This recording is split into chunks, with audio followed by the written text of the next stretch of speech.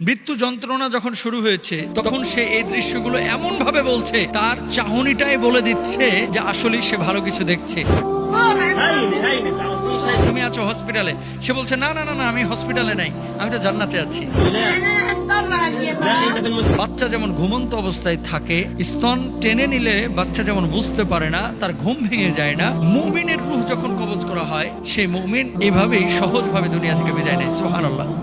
সম্প্রতি একটা video social মাধ্যমে ছড়িয়ে পড়েছে এবং ভিডিওতে দেখা গিয়েছে যে একজন ফিলিস্তিনি যুবক সাকরাতুল মউত, মৃত্যু যন্ত্রণা যখন শুরু হয়েছে, হসপিটালে শুয়ে আছে এই যুবক এবং সেই যুবককে জিজ্ঞেস করা হচ্ছে তুমি এখন হসপিটালে। যুবক তখন বলতেছে না, আমি হাওয়া আলাইহিস সালাতু ওয়াস সালামকে দেখছি, আমি ইব্রাহিমকে দেখছি, আমি মূসা আলাইহিস সালাতু ওয়াস সালামকে দেখছি, আমি আল্লাহ সুবহানাহু ওয়া তাআলার প্রেরিত নবী আম্বিয়া আলাইহিমুস সালাতু ওয়াস সালামকে দেখছি। এভাবে তার রূহটা কবজ হচ্ছে। মৃত্যু যন্ত্রণা যখন শুরু হয়েছে তখন সে এই দৃশ্যগুলো এমন ভাবে বলছে, তার চাহনিটাই বলে দিচ্ছে যে আসলে সে ভালো কিছু দেখছে। দেখেন, মানুষ যখন মৃত্যুবরণ করে এভাবেই কিন্তু সম্বোধন করা হয়। আল্লাহ সুবহানাহু ওয়া তাআলা ফেরেশতাদের একটা বিশাল বাহিনী বহর পাঠিয়ে দেন। ইবনে কাসির রাহিমাহুল্লাহ তাফসীর ইবনে কাসিরের মধ্যে উল্লেখ করেছেন, যখন মানুষের রূহটা কবজ করা হয়, যদি ভালো মানুষ হয়ে থাকে, তার আমল যদি ভালো হয়ে থাকে, আসমান থেকে এমন কিছু ফেরেশতা নামে যেই ফেরেশতারা জিবরিল আমিনের নেতৃত্বে সেই ব্যক্তির কাছে উপস্থিত হয়। মালাকুল মউত যখন রূহটা কবজ করে, জান্নাতের চিত্রগুলো তার সামনে তুলে ধরে। সুবহানাল্লাহ। যে এই জান্নাত তোমার জন্য অপেক্ষা করছে, এই নহর তোমার জন্য অপেক্ষা করছে, এই বালাখানা তোমার জন্য অপেক্ষা করছে। ফিলিস্তিনের যারা আল্লাহর জমিনে আল্লাহর দ্বীনের জন্য, মসজিদুল আকসার জন্য যারা লড়াই করছে, যে সমস্ত মাসুম বাচ্চাদেরকে বোমা মেরে হত্যা করা হচ্ছে, এরা জান্নাতি, এরা জান্নাতে বাকি হয়ে যাবে। আল্লাহ সুবহানাহু ওয়া তাআলা বলেছেন, ওয়ালা তাকুলু লিমান ইউকতালু ফি সাবিলিল্লাহি আমওয়াত বাল আহইয়াউম ওয়ালাকিন লা তাশউরুন। যারা আল্লাহর রাস্তায় লড়াই করে এভাবে মারা যায় তাদেরকে তোমরা মৃত বলো না, বরং তারা জীবিত, তোমরা তা জানো না। আল্লাহ রাসূল সাল্লাল্লাহু আলাইহি ওয়াসাল্লাম এটা বলেছেন যে তাদেরকে রিজক পর্যন্ত দেওয়া হয়। মেরাজের রজনীতে রাসূল আকরাম সাল্লাল্লাহু আলাইহি ওয়াসাল্লাম যখন জান্নাত দেখছিলেন তখন দেখতে পেলেন মুতার যুদ্ধের শহীদ হযরতে জাফর বিন আবি তালেব রাদিয়াল্লাহু তাআলা আনহু, যেহেতু যুদ্ধের সময় তার দুইটা হাত কেটে ফেলা হয়েছিল, দুই বাহু দিয়ে কালেমার পতাকাকে তিনি উড্ডীন করে রেখেছিলেন। বাহুর উপরে যখন তরবারি দিয়ে আঘাত করা হয়েছিল, দাঁত দিয়ে কামড়ে তিনি পতাকাটাকে উড্ডীন করে রেখেছিলেন। সুবহানাল্লাহ।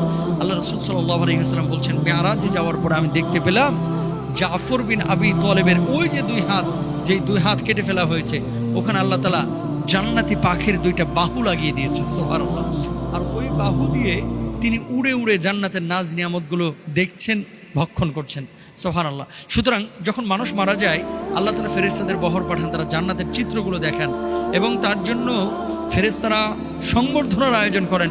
রূহটা যখন কবজ হয়ে যায়, আর আকুতিটা থাকে যে কত দ্রুত আমার রূহটা কবজ হবে। রূহটা কবজ হয় কিভাবে?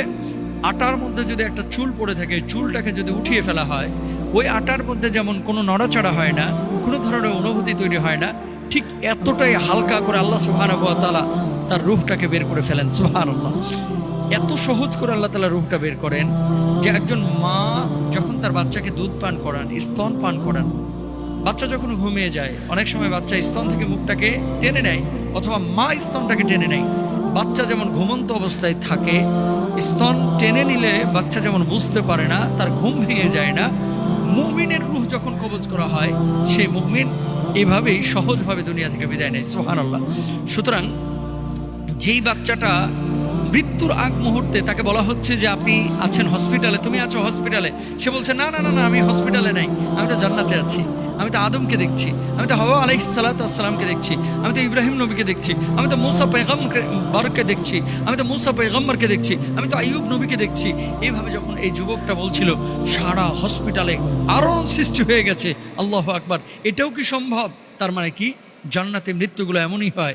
প্রিয় ভাইরা আমার, সুতরাং মৃত্যুর আগে আমাদেরকে মৃত্যুর জন্য প্রস্তুতি নিতে হবে।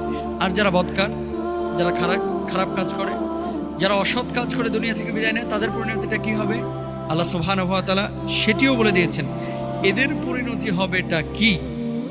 আযাবের ফেরেশতাগুলো আসার পরে তাকে কুৎসিত বিভৎস জাহান্নামের চিত্রগুলো তার সামনে পেশ করা হয়।